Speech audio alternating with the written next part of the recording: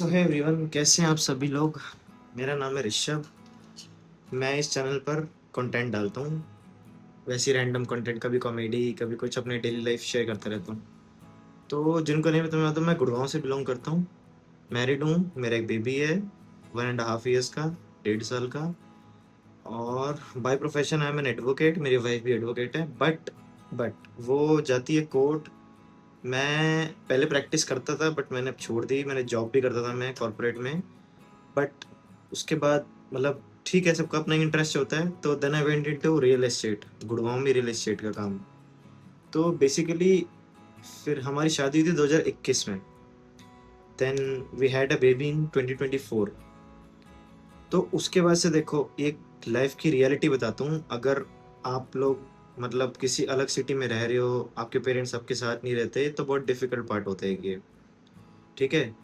तो बेबी होने के बाद थोड़ा एक फैमिली की तरफ से भी हमें कुछ इश्यूज आए थे। ठीक है, फाइनेंशियली मतलब एक अच्छा खासा बिजनेस था हमारा, काफ़ी अच्छा।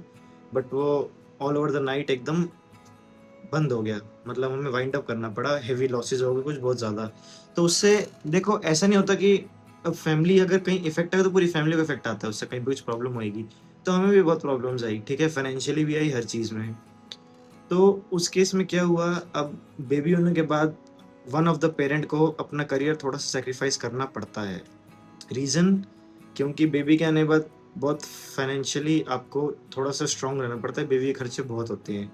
डायपर हो गए, उसके खाने का हो गया, कपड़े हो गए, बहुत कुछ, and you know everything is expensive nowadays.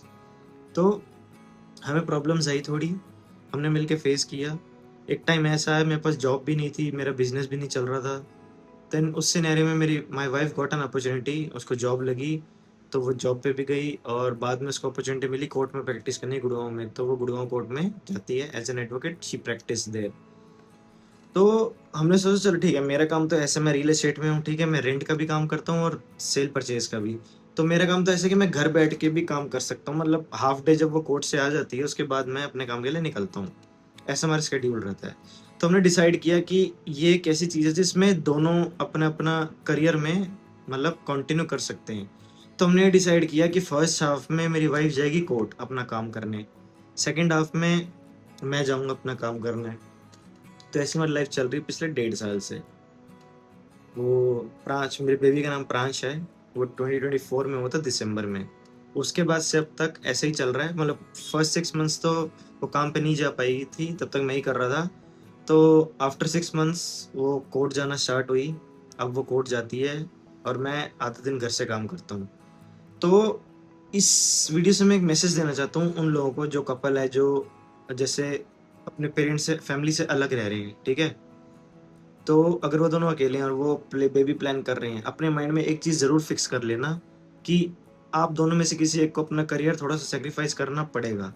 क्योंकि आप ये नहीं कह सकते कि हम बेबी होने के बाद दोनों अपने काम पे जा सकें। या तो वर्क फ्रॉम होम है किसी का, उसमें भी प्रॉब्लम आती है, मैं आपको बता दूँ। वर्क फ्रॉम होम में भी आप कितना कर लोगे? बेबी, ये बोलना बड़ा आसान है कि सँभल जाएगा, नहीं होता। बच्चा जब ज़िद पे आता है ना, आप अपना काम कैसे कर लोगे? पॉसिबल ही नहीं है।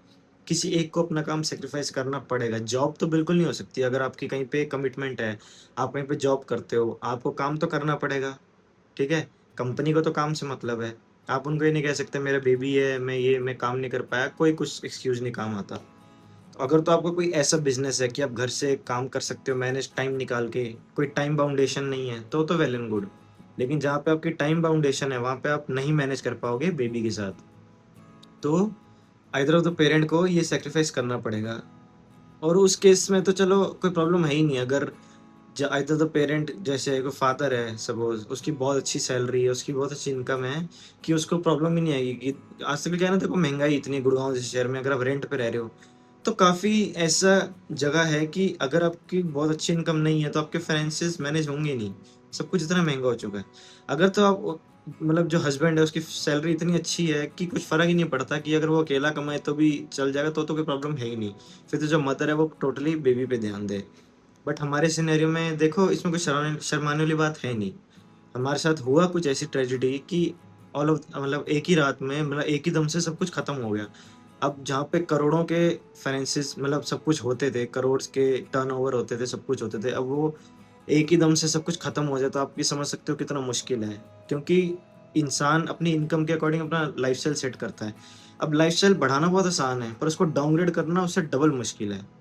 ये फैक्ट है, ठीक है? आपकी जब इनकम अच्छी होती है, आप जब अच्छा अच्छा कमा रहे होते हो, आप उस अकॉर्डिंग अपना लाइफ़स्टाइल बनाते हो। आप अच्छी गाड़ी लेते हो, अच्छे घर में रहते हो, अच्छा खाते-पीते हो, मतलब आपका लाइफ़स्टाइल ही वैसा होता है। पर जब एकदम से सब कुछ खत्म हो जाए, तो आप उसको डाउनग्रेड करने में टाइम तो लगेगा ना, मतलब कैसे मैनेज करोगे आप? ये चीज़ें बहुत मैटर करती हैं। तो अभी भी प्रॉब्लम्स हैं थोड़ी-सी, काफ़ी ज़्यादा फैमिली में फाइनेंशियल इश्यूज़ चल रहे हैं, सब कुछ चल रहा है। बट फेथ होता है ना, एक फेथ, वो हमेशा रखना चाहिए। मैं हूँ मेरे बजरंगबली का भक्त, हनुमान जी का। उन पे सब कुछ छोड़ा हुआ है, वो कभी कुछ गलत होने नहीं देंगे।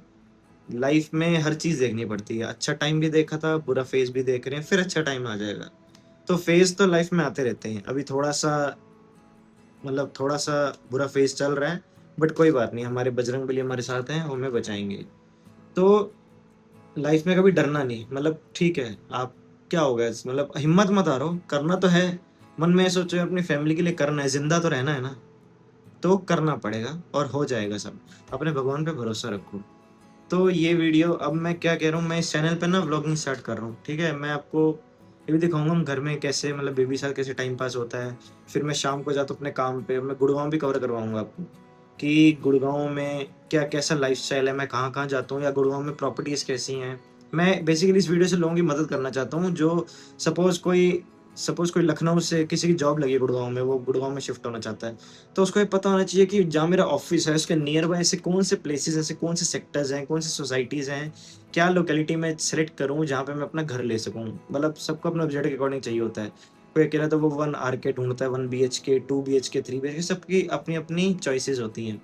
फैमिली साथ आ रहे हो तो आपको 2 बीएचके चाहिए ही है ऑब्वियसली। तो मेरे पास सभी टाइप के ऑप्शंस होते हैं, तो मैं वो एक्सप्लोर करवाऊँगा आप लोगों को। तो अगर आपको इंटरेस्ट है ऐसी वीडियोज़ देखने में, तो प्लीज़ मेरे चैनल को सब्सक्राइब कर लेना और इसको लाइक ज़रूर कर देना। बाकी आपसे मैं आता रहूँगा, अभी यूजुअली इस चैनल पे ऑलरेडी वीडियोज़ डली हुई हैं कुछ, जिसमें आप देख सकते हो कि मैं क्या-क्या करता हूँ गुड़गाँव में, क्या-क्या चीज़ें कवर की हैं या कैसे मतलब मैं क्या इस चैनल पे अपना कंटेंट डालता हूँ। अगर आपको कंटेंट पसंद आ रहा है तो प्लीज़ सब्सक्राइब कर लेना। बाकी मिलते हैं आपसे एक नेक्स्ट वीडियो में। Till then bye bye.